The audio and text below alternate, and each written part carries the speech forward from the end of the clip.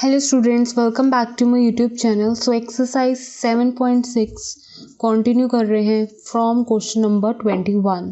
So few questions only left for this exercise, पर हम continue करेंगे exercise 7.7 से. So यहाँ पर आपके पास एक है एक्सपोनेंशियल फंक्शन और एक ट्रिग्नोमेट्रिक फंक्शन. तो जब भी आपके पास एक्सपोनेंशियल के साथ साथ ट्रिगो वैल्यू होती है तो मैं हमेशा आपको कहती हूँ कि अपने इस कंप्लीट फंक्शन को आई लेकर चलें. इसको लेने का अगर आपने सॉल्व एग्जांपल्स देखे हैं तो आपको पता है कि इसको लेने का बेनिफिट क्या है.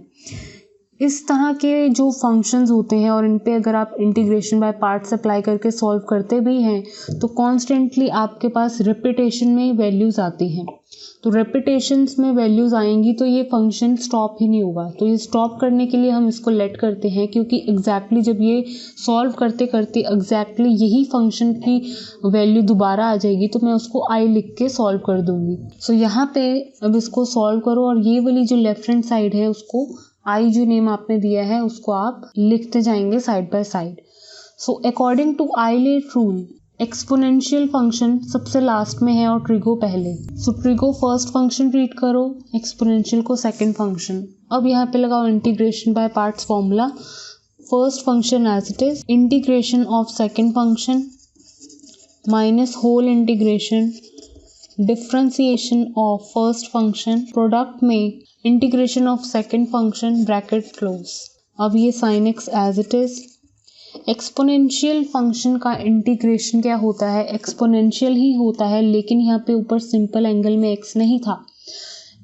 एक्स के साथ साथ ट्वाइस कांस्टेंट वैल्यू है, वो डेफिनेटली डिनोमिनेटर में आएगी जब आप इंटीग्रेशन करते हो. ठीक है. Next, differentiation of sine x cos x. Again this same value जो यहाँ पर है वो यहाँ पर आ जाएगी, क्योंकि यहाँ पे भी इंटीग्रेशन ऑफ एक्सपोनेंशियल 2x हो रहा था, यहाँ पर भी. ये 2 वैल्यू बाहर लिख दो. अब यहाँ पर क्या लग रहा है, again integration by parts formula यहाँ पे सॉल्व होगा. अगेन आपका cos x first function, this is exponential, इसको हम सेकंड फंक्शन ट्रीट करेंगे. The rest value here is going like this only. So यहाँ पे ब्रैकेट के अंदर मैं फॉर्मूला अप्लाई कर रही हूँ इंटीग्रेशन बाय पार्ट्स का. cos x first function as it is, integration of second function minus whole integration differentiation of first function, product में integration of second function bracket close. cos x as it is, इसका integration आपको पता ही है, लिख दो. cos x का differentiation minus sine x, इसका अगेन e2x/2. अगर आप ध्यान से देखोगे, इसको जरा मैं एक बार लिख लूँ कंप्लीटली. ये माइनस को अब मैं -1/2 जो बाहर है, अब मैं हर एक वैल्यू के साथ मल्टीप्लाई कर रही हूँ. ठीक है. -1/2 cos x/2. ठीक है, ये वाला 2 लिख रही हूँ, e2x. माइनस माइनस हो गया प्लस, लेकिन प्लस के बाद फिर से माइनस है यहाँ पे, तो उसको अगेन माइनस ही रहने दो. और ये क्या है, 1/2 साथ में आ जाएगा. अभी भी क्या है, ये इंटीग्रेशन में ही है.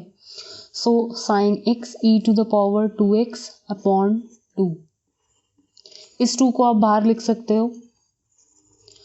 अब देखो ध्यान से, ये वैल्यू क्या है, -1/2 मतलब 1/4 इंटीग्रेशन में दिस.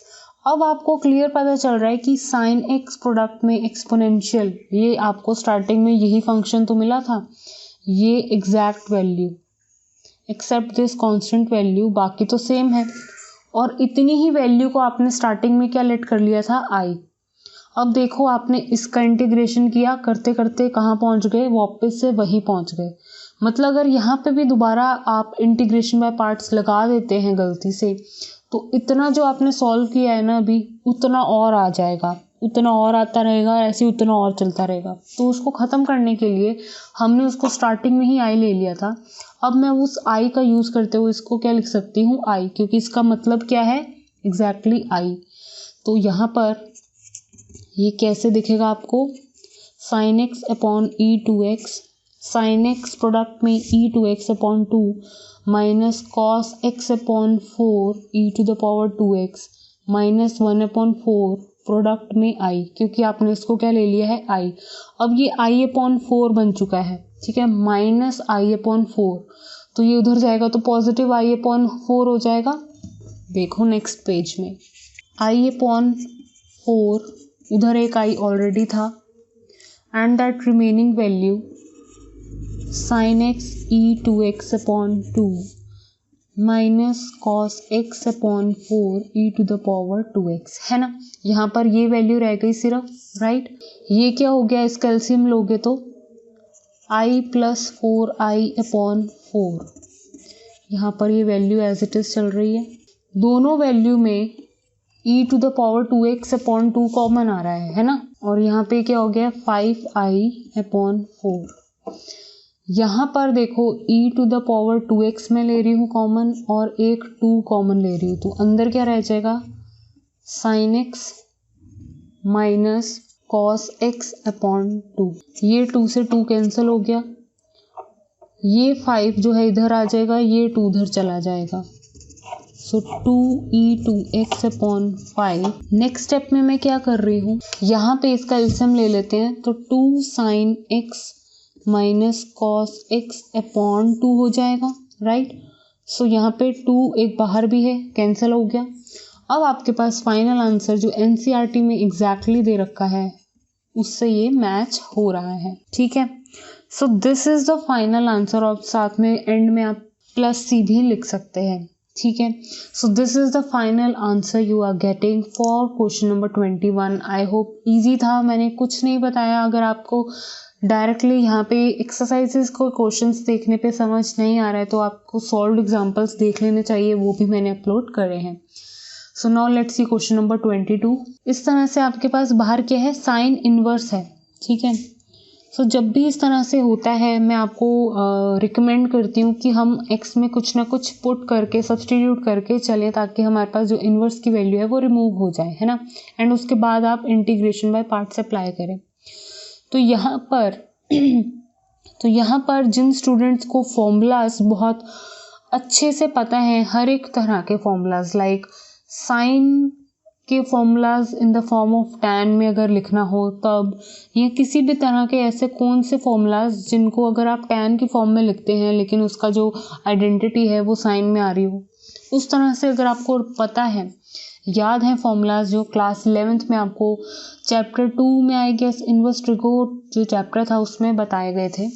तो अगर वो सबको याद है तो आपके लिए अच्छा है, अगर नहीं भी याद तो मैं आपको डायरेक्टली बता दूं। यहाँ पे हम पुट करने जा रहे हैं x = tan थीटा। अब सोच रहे होगे कि बाहर तो साइन इनवर्स है और यहाँ पर हम x में tan थीटा क्यों डाल रहे हैं, क्योंकि यहाँ पर tan थीटा जब मैं x में डाल दूंगी तो ये 2 tan θ/1 + tan स्क्वायर थीटा हो जाएगा। सो इसका जो कि डायरेक्ट फॉर्मूला होता है sin ट्वाइस थीटा। सो sin ट्वाइस थीटा का tan वाला फॉर्मूला अप्लाई होता है यहाँ पर, जो कि मतलब sin ट्वाइस ऑफ थीटा को अगर tan वाले फॉर्मूला में आप लिखना चाहते हो तो उसका फॉर्मूला होता है ये।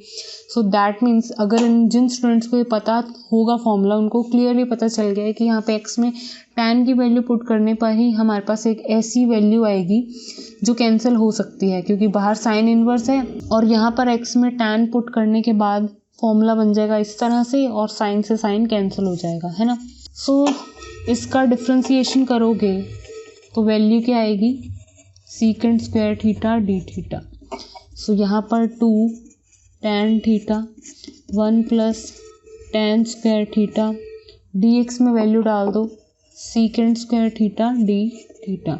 इसको और सॉल्व करो। अब आपको फॉर्मूले से पता ही है इसका मतलब क्या है, साइन ट्वाइस ऑफ थीटा। तो ये वैल्यू क्या रहेगी, only twice of theta secant square theta d theta. 2 जो कांस्टेंट है उसको बाहर लिख दो। सो अब बहुत इजी बन चुका है यहाँ पे इंटीग्रेशन पार्ट्स लगाना, राइट। अलजेब्रिक फंक्शन और ट्रिगो। सो आइलेट रूल की हेल्प से this is the first function, trigo वाला फंक्शन सेकंड फंक्शन ट्रीट करोगे।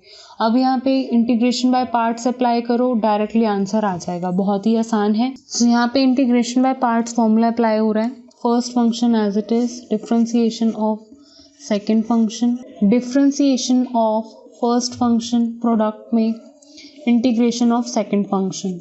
This theta as it is, secant square theta का integration होता है direct tan theta. This is 1, इसका again tan theta.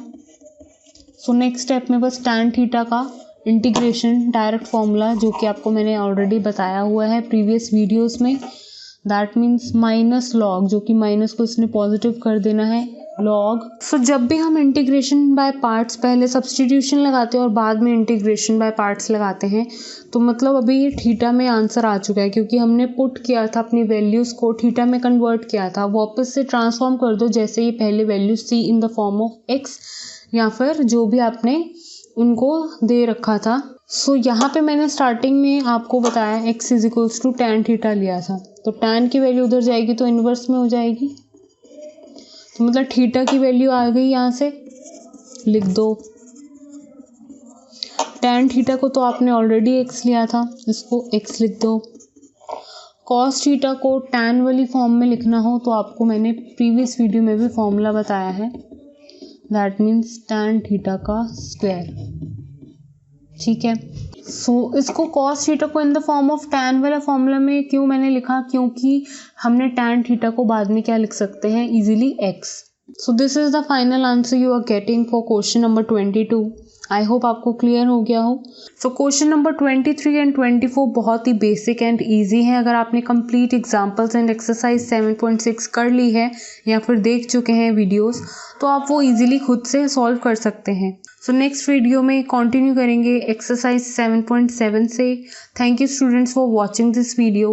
Please like, share and subscribe to my channel.